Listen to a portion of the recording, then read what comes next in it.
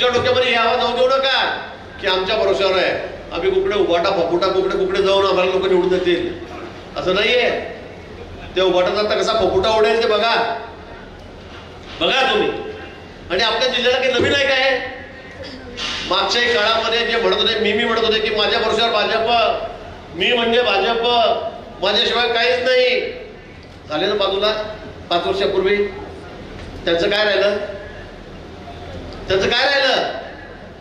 काहीच राहिलं नाही मित्र. दूध संघ गेला, बँक गेली, गावातली ग्रामपंचायत बी गेली, तालुक्याची नगरपालिका बी गेली, आमदारकी बी गेली, तिकडे पडले. काय राहिलं? त्याच्यामुळे अहंभाव मनामध्ये आणू नका की माझ्यामुळे पक्ष आहे. अहो पक्षामुळे तुम्ही आहात, पक्षामुळे आम्ही आहोत, पक्षामुळे आम्ही आहोत. मोठमोठे म्हणणारे नेते आज कुठे जाऊन म्हणजे तप्प्यावर लागून गेलेले आहेत. त्यांना पण विचारायला तयार नाही. त्यांची परिस्थिती आज काय झालेली आहे. तुम्ही तर कुठेच काही नाही. तुम्ही तर आला 10 वर्ष झाले, पदाधिकारी झाले, तुम्ही आम्हाला शिकवतात. आणि म्हणून मला वाटतं जोपर्यंत हा कार्यकर्ता तुमच्या सोबत आहे ना तोपर्यंत तुम्ही मोठे आहात. हा पक्ष तुमच्या सोबत आहात तोपर्यंत तुम्ही मोठे आहात. आज तुम्हाला वाटलं की मी कुठेही जाईल, दोघी भाऊ आम्ही, तू घे, याच्या खाद्यावर बंदूक ठेवली, लावली गोळी पटवते. मग एवढं तुमचं काम होतं, तुम्ही उभे राहिले असते ना. तुम्हाला सगळ्या मतदारसंघ होतो लोकसभेचा, तुम्ही का मागा सरला? लोकसभामध्ये मी 10 मध्ये 1 आहे. एवढं बोललो, एवढे भाषण केले, एवढे प्रश्न विचारले, एवढे कामं केले, पण तुम्ही का नाही उभे राहिले? माझा प्रश्न हा आहे. आपण उभे राहायचं होतं कारण आपण खूप लोकप्रिय असं म्हणतात, पण ते केलं नाही आपण. मलाही वाटलं होतं की तरुण कार्यकर्ता आहे, होणार आहे, चांगला शिकलेला आहे, एज्युकेटेड आहे, चांगला बोलतो, भाषण करतो. पण मला वाटतं नंतरच्या काळामध्ये 10 वर्षामधलं मी बोलणार नाही, 5 वर्षातलं मी बोलणार नाही, मला त्याविषयी बोलायचंही नाही. पण आज ज्या पद्धतीने ते बोलतायत, ज्या पद्धतीने भाषण करतायत ते तुम्हाला लक्षलाभ आहे. पण लोकांचा तुमच्यावर विश्वास बसणार नाही.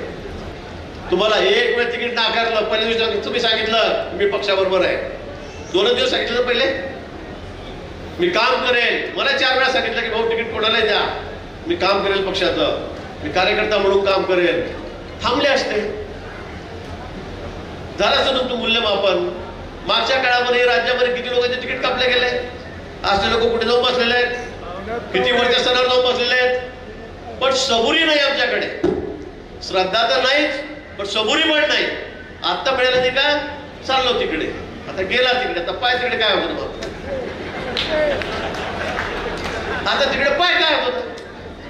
तुला वाटतं ना की माझ्या भरोश्यावर सगळा मतदारसंघ आहे, माझ्या संघावर मी निवडून देतो, माझ्या भरोश्यावर निवडून देतो, मग तरी कळेल. अहो मागच्या वेळेला स्मिता त्यांना पहिल्या यादीमध्ये तिकीट दिलं, पहिल्या यादीमध्ये दिलं, नाव जाहीर झालं, मिरवणूक काढली, फॉर्म भरला, 8 दिवस प्रचार केला, मेळावे घेतले, बोर्ड लावले, होल्डिंग लावले, पॉम्पलेट वाटले गावागावात जाऊन.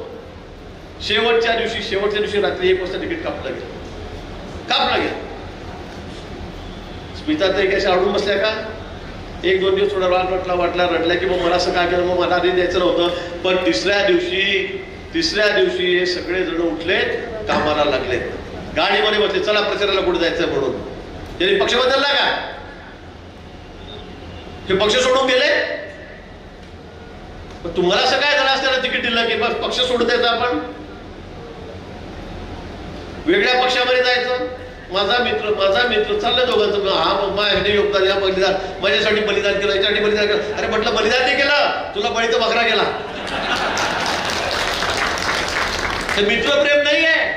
निवडून यासारखी परिस्थिती असती तर यांनीच तिकीट घेतलं असतं. पण यांना माहित आहे आता 5 लाखाचे पोचायचे, लीड 5 लाखाच्या वर द्यायचं मी आपल्याला सांगेल. आता अमोल या ठिकाणी त्याच्या नावाचं, तिकडे अमोल जावळेच्या नावाचं, त्याच्या नावाचं, अमोल नावाचं काय सध्या गडबड आमच्याकडे काही समजत नाही सध्या. अमोल जावळे तिकडे तिकीट घेणार. अमोल जावळे म्हणे भाऊ आमच्या रक्तात नाही, मी हरिभाऊ जावळेंचा मुलगा आहे. हरिभाऊ जावळे 2 वेळा आमदार होते, 2 वेळा खासदार होते, 4-5 टर्मला आमच्या सोबत होते. हरिभाऊचं तिकीट असंच झालं. स्मिताताई शेवटच्या दिवशी कापलं गेलं.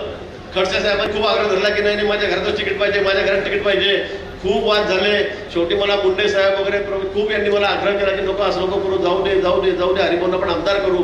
आणि त्यानंतर ते तिकीट आम्ही बदलवलं. शेवटच्या दिवशी बदललं. हरिभाऊंचं तिकीट झालं, पहिल्या यादीत झालेलं होतं ना, प्रचाराची सुरुवात झाली, मेळावे झाले होते, तिकीट बदलवलं. हरिभाऊंनी पक्ष नाही बदलवला, आपल्या निष्ठा नाही बदलवल्या. दुसऱ्या दिवशी कामाला लागले, तिसऱ्या दिवशी कामाला लागले. चला ठीक आहे, नाही तर नाही. कार्यकर्ते ऐकत नव्हते, सगळ्याची मतदारणी केली, चिडले त्याच्यावर. आपण कुठल्या पक्षाचे आहोत, आपण कुठल्या संघटनेचे लोक आहोत, त्यांच्या मनामध्ये आलं नाही की मी पक्ष बदलावा. त्यांनी निरोप केले आमच्याकडून उभे राहा, नाही केलं त्यांनी असं. आमदार केलं उभे राहिले, तिथे पडले.